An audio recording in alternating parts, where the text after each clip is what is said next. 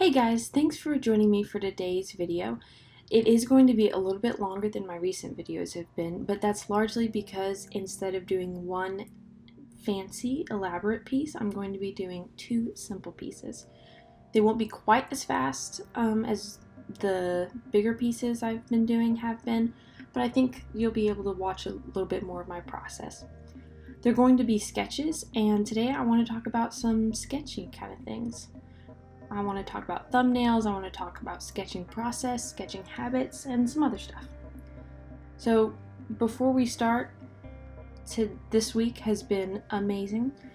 I revamped my room, I gave it a deep clean, I rearranged furniture, which has just breathed new life into my room, and I love it so much.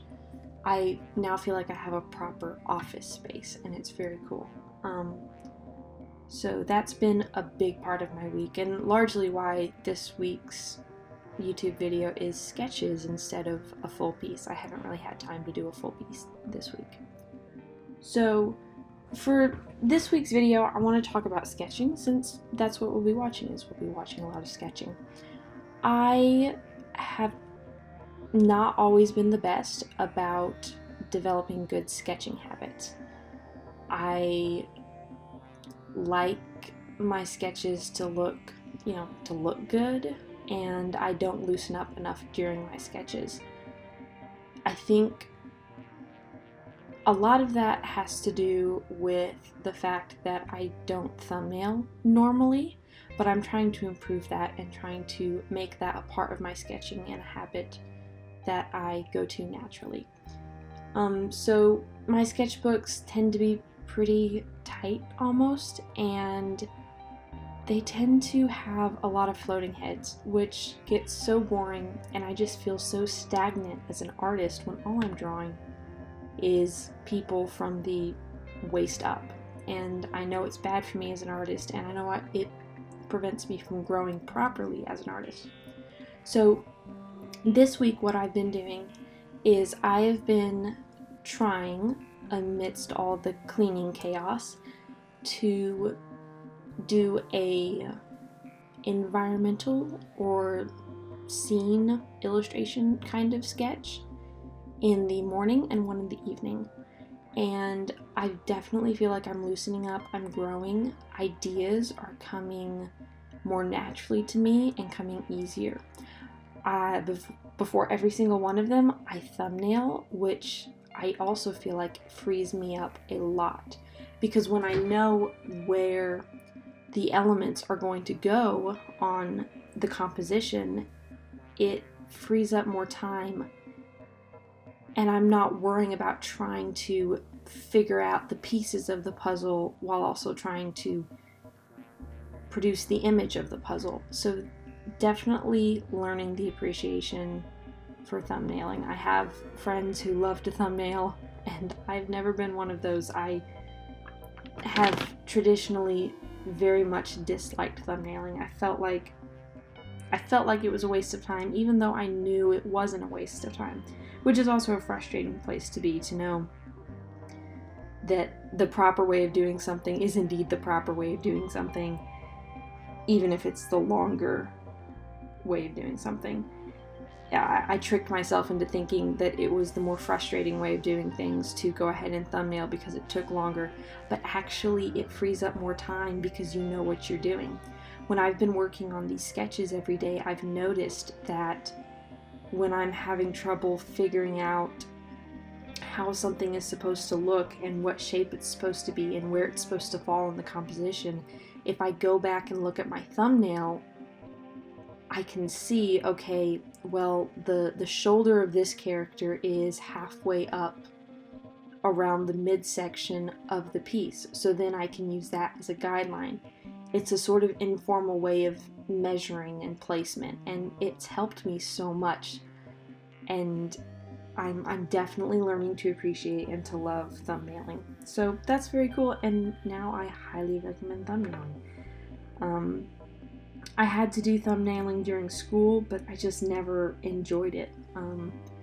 So I'm learning so much, and I really hope that this is a habit this daily drawing, daily sketching is a habit that I can cultivate going into this year, because I know it will improve my sketching and it'll help me overall in my art to loosen up and to also become more confident in my compositions, in my subject matter. I'm learning that it's good and it's important to keep a list of things that would be cool sketches. Every now and then I'll have something come into my head and I'll think, wow, this I can see it. It's a good composition. It's a cool idea, and there's a story that it conveys in however small of a way. And I'll write it in the back of my sketchbook so that I can go back to it later when I don't know what to draw, and I can pull from that and use it to inspire me and to give me something to work on. I talked a little bit in one of my previous videos about how I knew some people who kept those kinds of lists in their sketchbooks and that I wasn't one of them. Well, I guess I'm becoming one of them.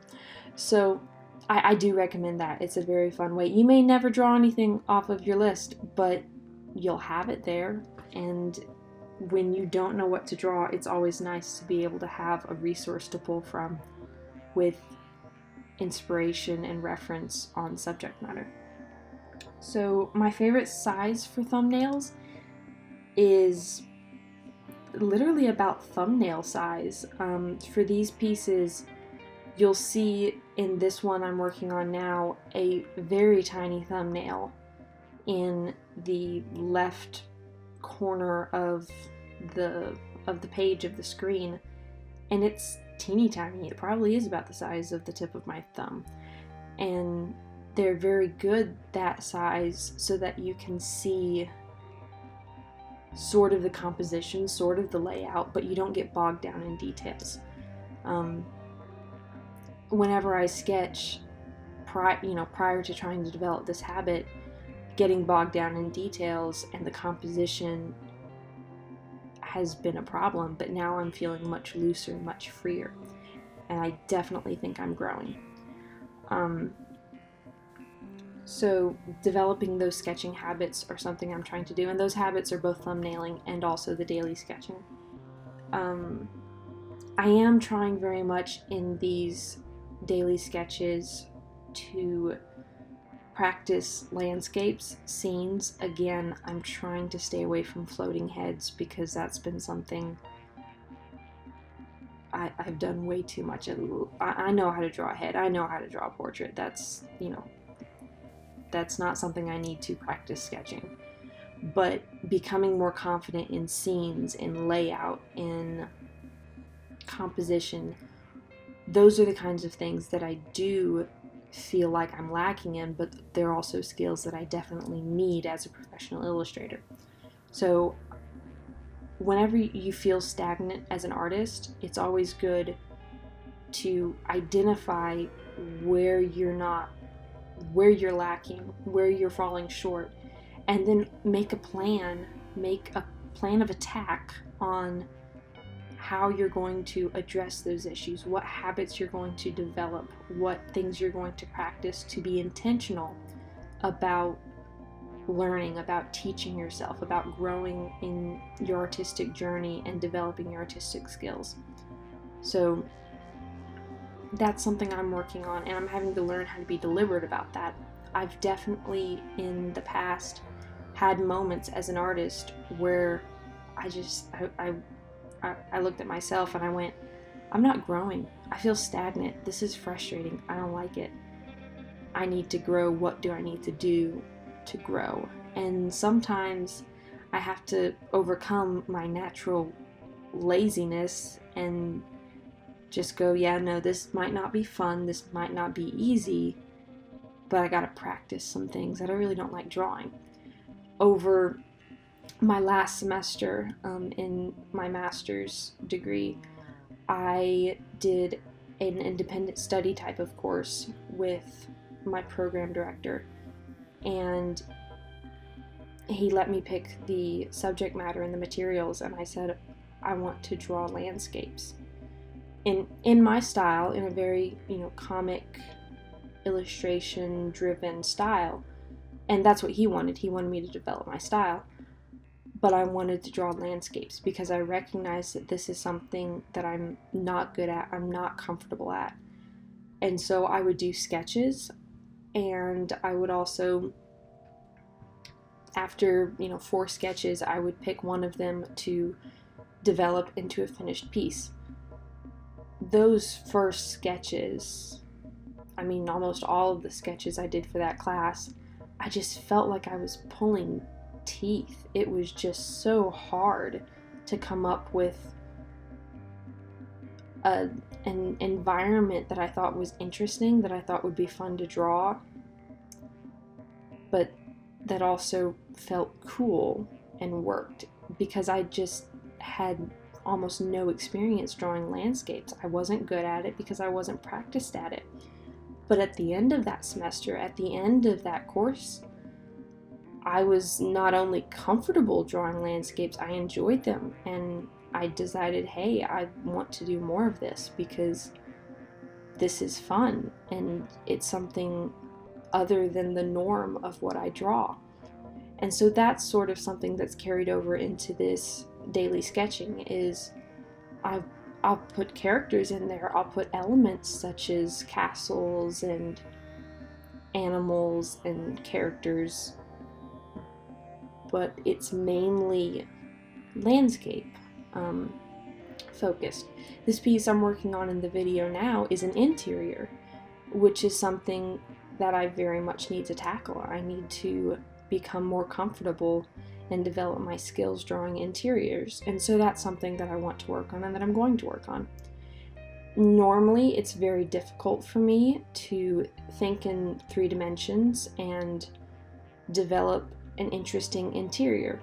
This one, because of the foreground elements, it was almost easier because I was looking off of a shelf into what this room is like. I could have made it much more cluttered, but as small as this illustration was, and since I was working in ink, I wanted to keep it relatively simple. So that's part of what these studies are about, is growing, developing, and getting out of my comfort zone. It's funny with comfort zones. Once you determine that you're going to get out of it, what your established comfort zones are, and you start exploring new comfort zones, it's funny, your comfort zone expands. I'm becoming much more comfortable in these little sketches with environments.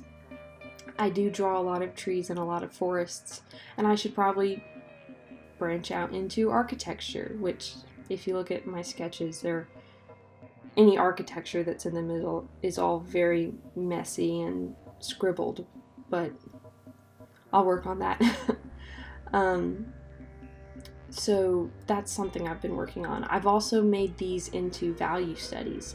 I'm using markers to create value and create shading, just to study, what should be light, what should be dark in a composition, so that it is readable, and so that as an illustrator I clearly communicate what's important. A lot of what I'm doing also is I enjoy taking one colored marker and using that to highlight a particular object, character, element of some kind. So in this illustration, I decided to highlight the bottles and the contents of the bottles, and that was fun. So that's almost another element of value, is creating depth and also creating an hierarchy of importance and what visually is supposed to catch the eye of the reader, the viewer. So those are some of the things I've been working on with these. I'm looking forward to doing a lot more. I have been posting them onto a sketch account on Instagram, and I will be posting compilations of the week onto my normal Instagram account, my regular Instagram. So that's been what I've been doing a lot. definitely, if you're feeling stuck as an artist, free up your sketchbook and make it loose. Don't make it tight, but also branch out from your comfort zone. If all you ever do is draw people, step away from that and draw some environments, some interiors, some landscapes. Even if you have some characters in them, don't make the characters the primary focus. Perhaps their presence in the environment is the focus, but the fact that they are in the environment is what lends the piece individuality and interest. So I was asked how long it takes for me to draw an average sketch. I've been noticing that these are probably, I would guess, around 15 to 20 minutes. I would like to make them faster, but for starting out, trying to get a hold of environments and exterior and interior environments, 15 to 20 minutes is fine. It's a fun little warm-up at the beginning of my day and a nice little cool down emotionally, artistically at the end of the day. I'm also very motivated by these to try to fill up all of the sketchbooks that I have started but not finished over the past several years. It was so sad. When I was cleaning out my room, I stuck a bunch of sketchbooks that were finished in my closet on a shelf, and I noticed that most of them were from 5 years ago. I've hardly finished any sketchbooks in the last 5 years, and it's so sad.